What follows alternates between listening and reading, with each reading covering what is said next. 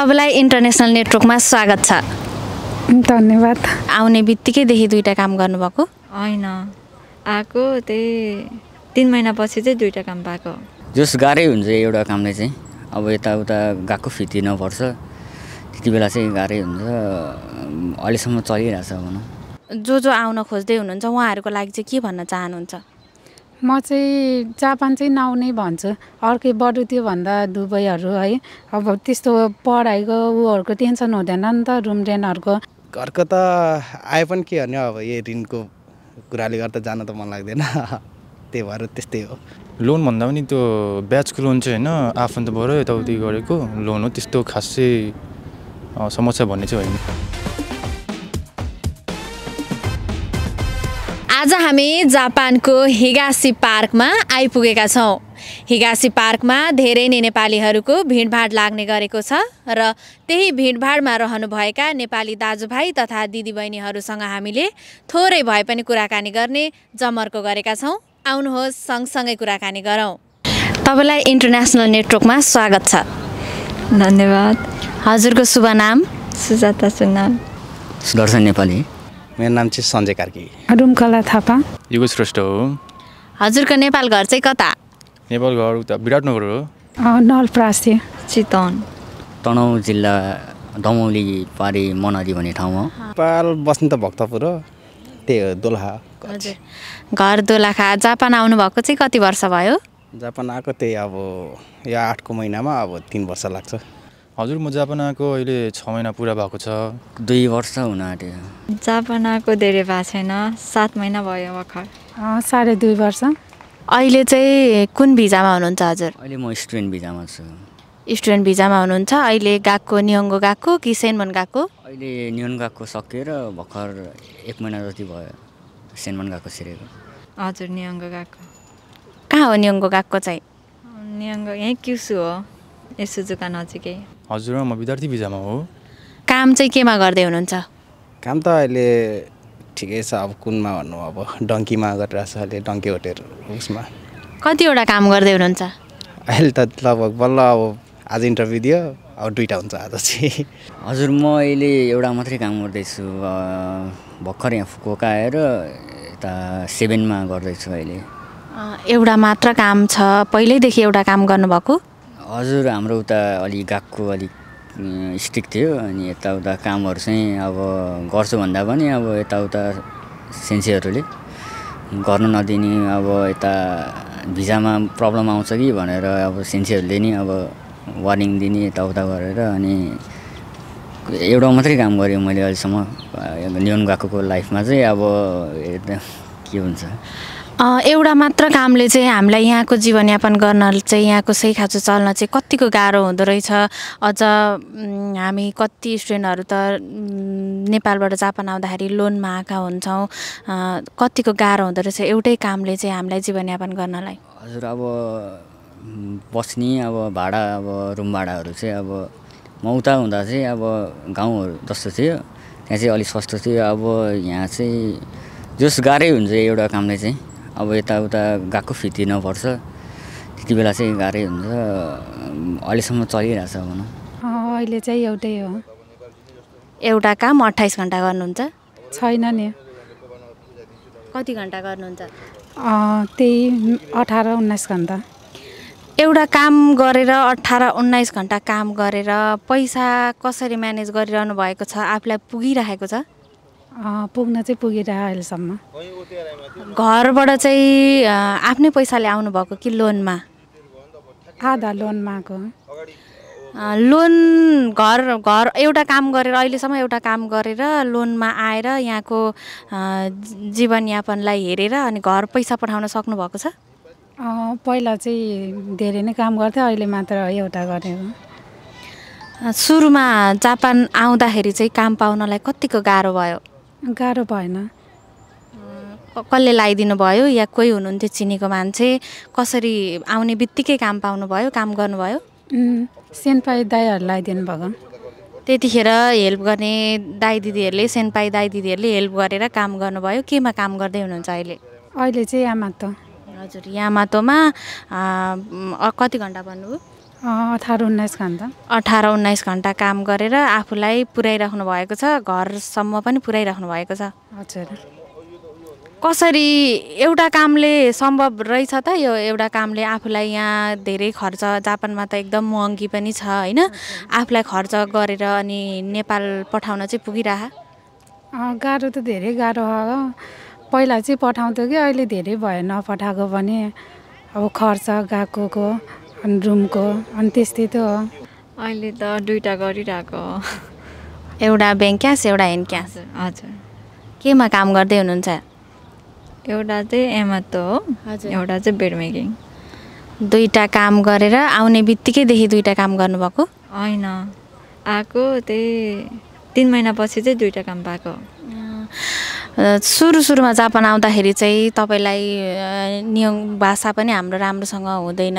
सुरुमा जापान आउँदाखेरि चाहिँ नियोङको गएको सेन्सेले अनि सुरुमा आउने, हामीभन्दा अगाडि आउने दाइ दिदीहरूले चाहिँ तपाईँलाई कतिको हेल्प गर्नुभयो, काम कतिको छिटो गर्नुभयो, कति समयमा चाहिँ काम पाउनुभयो? गएकोबाट त काम लगाइदिन्छु भन्नुभएको थियो सेन्सेहरूले, भन्न त भन्नुभएको थियो, तर काम चाहिँ लगाइदिनु भएन। काम चाहिँ आफैले खोजेर गरेको हो। अब फेसबुकको लिङ्कहरूबाट चाहिँ सर्च गरेर काम आफैले खोजेर गरेको। लोन भन्दा पनि त्यो ब्याचको लोन चाहिँ होइन, आफन्तबाट यताउति गरेको लोन हो। त्यस्तो खासै समस्या भन्ने चाहिँ होइन। 6 महिना भयो। 6 महिनामा चाहिँ हामीले जापानमा काम गरेर चाहिँ कति जति पैसा नेपाल पठाउन सक्ने रहेछौँ? 6 महिनामा आफूले यसो अब धेरै कुराहरू भनौँ न, अब उता नेपालबाटै बुझेर आएको छ भने यहाँनिर काम समयमा पाइन्छ र त्यस बापत चाहिँ आफूले लगभग 4 लाख जति चाहिँ पठाउन सकिन्छ। अहिलेसम्म 2-3 वर्ष भयो जापान आएको, कति चाहिँ पैसा कमाउनु भयो, कति जम्मा गर्नुभयो, घर पठाउन सक्नु भएको छ कि छैन? लगभग 1 वर्ष भयो अहिले चाहिँ नपठाएको। के कारणले यहाँको तपाईँलाई गाह्रो भएर कि के भएर चाहिँ पठाउन सक्नु भएको छैन? अब त्यही हो, गएको फ्रीहरू तिर्ने अनि फेरि अब आउँछ होकेन ट्याक्सको आएको छ त्यही 12-13 मान होइन, त्यही गर्दा जहाँको त्यही बराबर उल्टै ऋण चाहिँ लाग्छ। त्यही हो। जापानमा भाषा चाहिँ इम्पोर्टेन्ट जस्तो लाग्छ कि लाग्दैन? जापानमा भाषा चाहिँ कतिको महत्त्वपूर्ण छ? भाषा अहिलेको स्थिति हेर्दा चाहिँ मेरो विचारमा जता पनि नेपाली छ, नेपाली भएर अब सेउखाइले गर्दा अब प्रायः जस्तो चाहिँ सेउखाइ चल्ने भएर त्यो भाषा नि ठिकै काम पनि लाग्छ।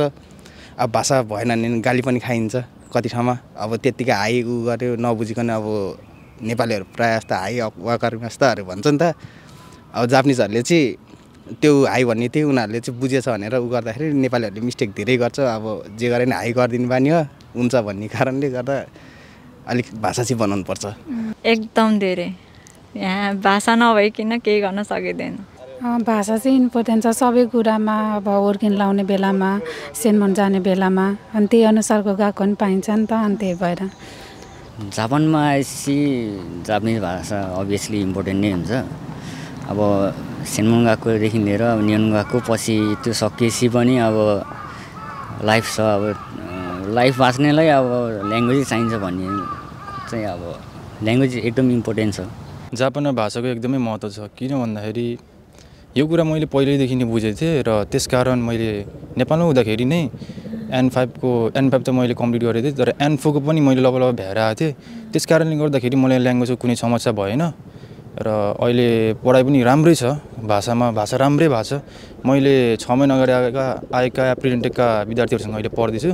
किन भन्दाखेरि मेरो भाषा स्ट्रङ थियो र अहिले पनि पर्फर्मेन्स पनि राम्रै हुँदैछ। जे होस् राम्रै छ सबै। हजुर यति राम्रो भएर यति ह्यान्डसम भएर आउनु भएको छ, तपाईँको गर्लफ्रेन्ड चाहिँ छ कि छैन? गर्लफ्रेन्ड त अब इन्ट्रेस्टै छैन भन्दा पनि हुन्छ। किन भन्दाखेरि अब बनाउन चाह्यो भने त बन्छ होला, तर मैले खासै यसको कुरामा चाहिँ इन्ट्रेस्ट दिएको छैन अहिलेसम्म। बयफ्रेन्ड छ। यतै हुनुहुन्छ? नै नेपाली हुनुहुन्छ। छैन सिङ्गल हो। नेपालमा तपाईँले जुन सपना देख्नु भएको थियो जापानमा चाहिँ यस्तो हुन्छ उस्तो हुन्छ भनेर, जुन कन्सल्टेन्सीले हामीलाई सपना देखाएको हुन्छ, जुन मान्छेहरूले हामीलाई जापानमा यस्तो हुन्छ भनेर सपना देखाएर पठाइएको हुन्छ र सपना देखेको जापान र भोगाईको जापान चाहिँ के फरक छ? भोगाई त धेरै छ नि एकदम। अब सोचेर नेपालमा सोचेर यहाँ अलिक गर्नुलाई फरक छ।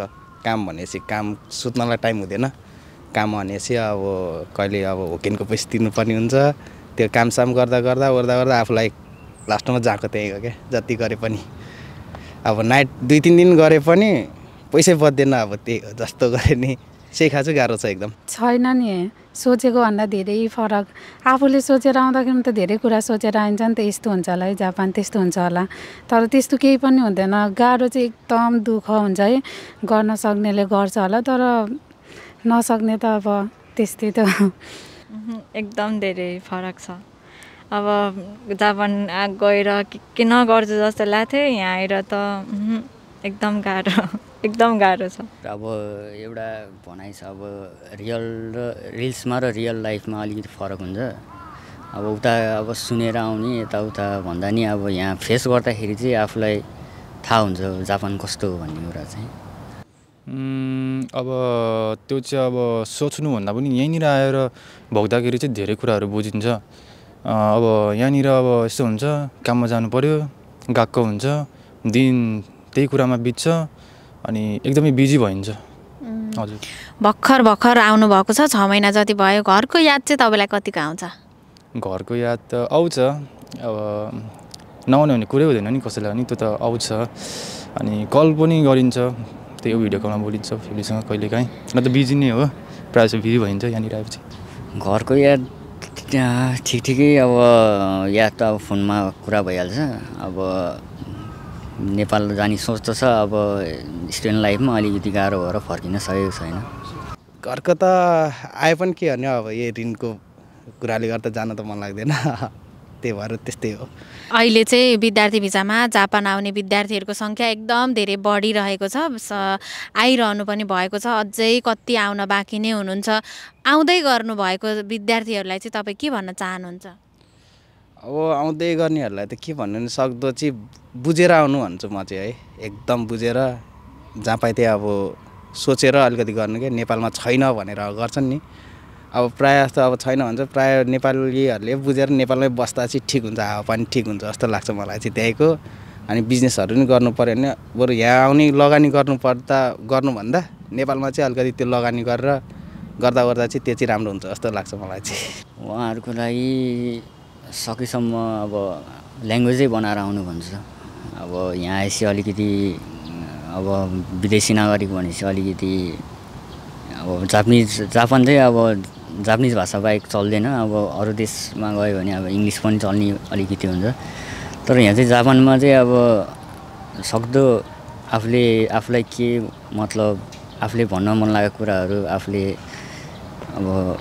अलिकति जीवनयापन गर्ने खालको भाषा चाहिँ पढेर आउनु भनेर भन्छु उहाँहरूलाई त अब सकेसम्म जापान नआउनु होला बरु अन्त ठाउँ ट्राई गर्नु होला सोचेको जस्तो चाहिँ केही छैन जापानमा त्यति नै हो म चाहिँ जापान चाहिँ नआउने भन्छु अर्कै बरु त्योभन्दा दुबईहरू है अब त्यस्तो पढाइको उहरूको टेन्सन हुँदैन नि त रुम रेन्टहरूको अनि यहाँ त सबै पैसा कमाएको घरमा पठाउने उता ऋण बढिरहेको हुन्छ छँदै छैन नि त अनि त्यही भएर म त नआउने भन्छु मलाई पनि पहिला अब जापान नआऊ भन्थ्यो कि मैले सोच्थेँ अब आफूहरू गयो कमायो अब हामीलाई नआऊ भनेको भन्थ्यो कि मैले म त्यही भएर अनि मैले चाहिँ नआऊ चाहिँ भन्दिनँ नआएको भए चाहिँ ठिक हुन्छ भन्छु किनकि तिनीहरूले पनि त्यही सोच्ला नि त मैले जस्तो सोचेको थिएँ त्यही भएर नआउनै भन्छु है सकेसम्म चाहिँ म चाहिँ उहाँहरूलाई के भन्न चाहन्छु भन्दाखेरि हजुरले सकेसम्म भाषा राम्रो बनाउनुहोस् र यहाँ आउनुभन्दा अगाडि आफूले के पूर्व तयारीहरू गर्नुपर्ने हुन्छ त्यो कुराहरू बुझ्नुहोस् अब यहाँनिर आफन्तको चिने मान्छेहरू छन् भने कामको बारेमा बुझ्नुहोस् अनि आफूले त्यही हो आफूले गर्नुपर्ने कुराहरू चाहिँ बुझेर आउनु भन्न चाहन्छु हजुरले यति छोटो समयमा पनि यति मिठा कुराहरू हामीमा चाहिँ राखिदिनु भयो तपाईँको कुराले चाहिँ सबै अहिले पछि आउने जो विद्यार्थी हुनुहुन्छ उहाँहरूको लागि चाहिँ धेरै सहयोग पुग्ने अपेक्षा गर्दै तपाईँलाई यति छोटो समयमा यति धेरै कुरा राखिदिनु भएकोमा धेरै धन्यवाद हजुर धन्यवाद तपाईँलाई पनि धन्यवाद हजुरलाई पनि धन्यवाद हजुर तपाईँहरूलाई आज हामीले गरेका कुराकानी कस्तो लाग्यो प्रतिक्रिया दिन नभुल्नुहोला साथै यो भिडियो मन पर्यो भने आफ्नो साथीहरूलाई सेयर गरेर हामीलाई थोरै भए पनि मद्दत गरिदिनु हुन अनुरोध गर्दछौँ धन्यवाद